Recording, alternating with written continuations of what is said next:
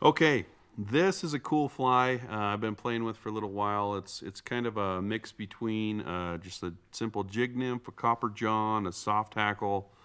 So I think we're calling it the soft hackle jig john or something like that. So anyway, we had to call it something just for the YouTube title. But it's a killer little bug. It's got a kind of a fun technique to it and easy to fish.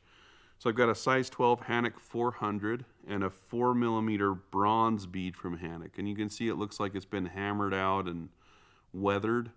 Kind of a cool drab looking bead that you can throw on your jigs. To start out the fly, I'm going to put some olive thread down. And the first step is I'm going to put a tail on it.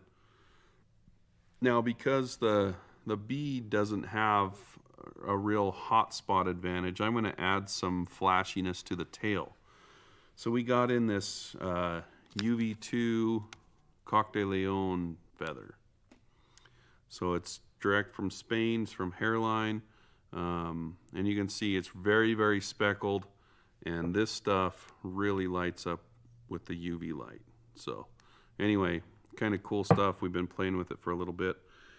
So I'm going to pull a few feathers off, maybe not like 2 or 3 like you would do a Perdigon, maybe like 7 or 8. And I'll tie those in so that they're, I don't know, roughly shank length.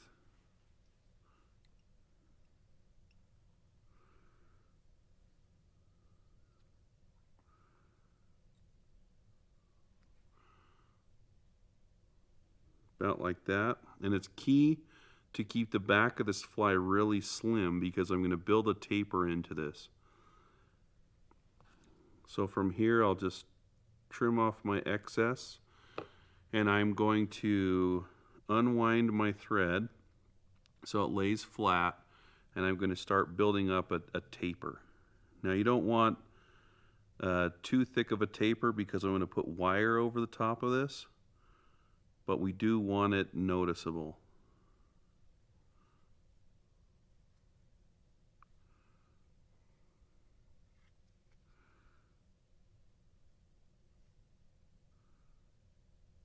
Now here's a little trick. If I build up too much thread and it creates a little bump like that, what I can do is if I only want to taper it down to here and then go back up, I can make a really deep or really long wrap of thread and then come back up.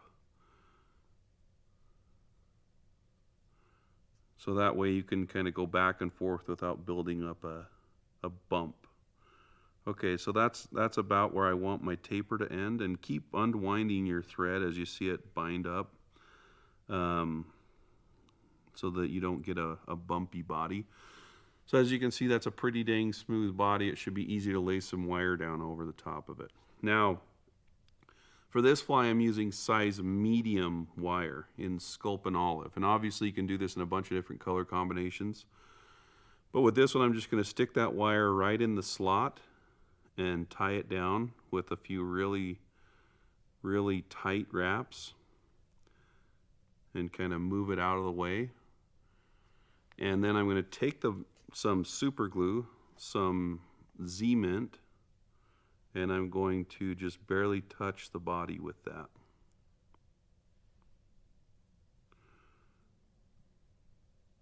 See, I got too much. I'm going to dab it off. I'm going to rub it on Curtis's fly tying desk because he doesn't have enough super glue stuck to it already.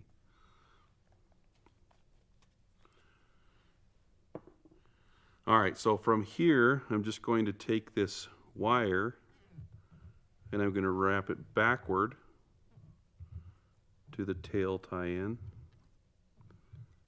And this is why I super glue it down. Sorry, is that all hands? I'll try to get my hands out of the way.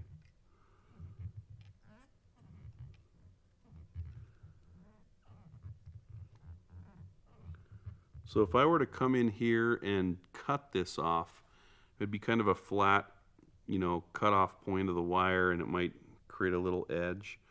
But if I pull on that pretty hard and helicopter it off, where it helicopters off, it's actually going to be a little tapered point, a little bit more than cutting it, and I'll just smooth it over with the points of my scissors, just like that.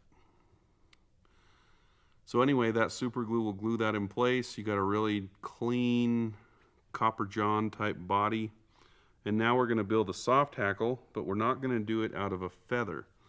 I'm just going to do a soft hackle out of some hare's mask. I actually took a beard trimmer to a hare's mask, the whole thing, and just put it into one bag, and it makes some really cool buggy dubbing. So there's my hare's mask, guard hairs and all. Some of the commercial stuff you can find doesn't really have a high proportion of guard hairs, and that's kind of what you want here.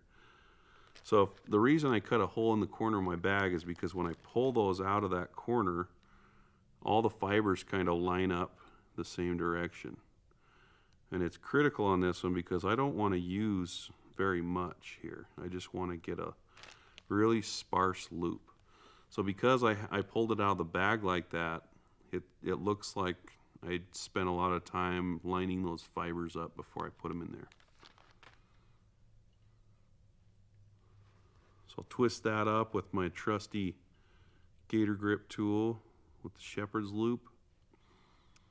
And now I'll just do a few turns and break it off and save it. Too heavy-handed. Look at that.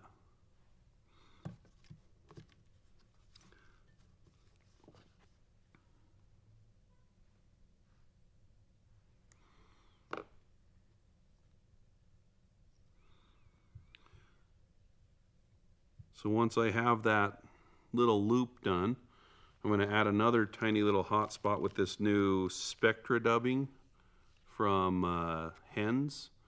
It's a really cool dub. It's kind of like ice dub, but it seems like the fibers are a little bit finer, so you can really dub them down really fine. Makes a great hotspot on these Euro nymphs.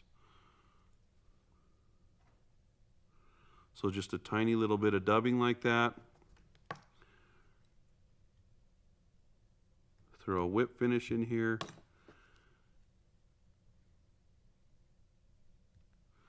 And then just a little bit of head cement or super glue down in the slot of the bead. All right, that's enough. So there you have it, the soft hackle jig john. Guaranteed to catch 60% of the fish that you are not catching now.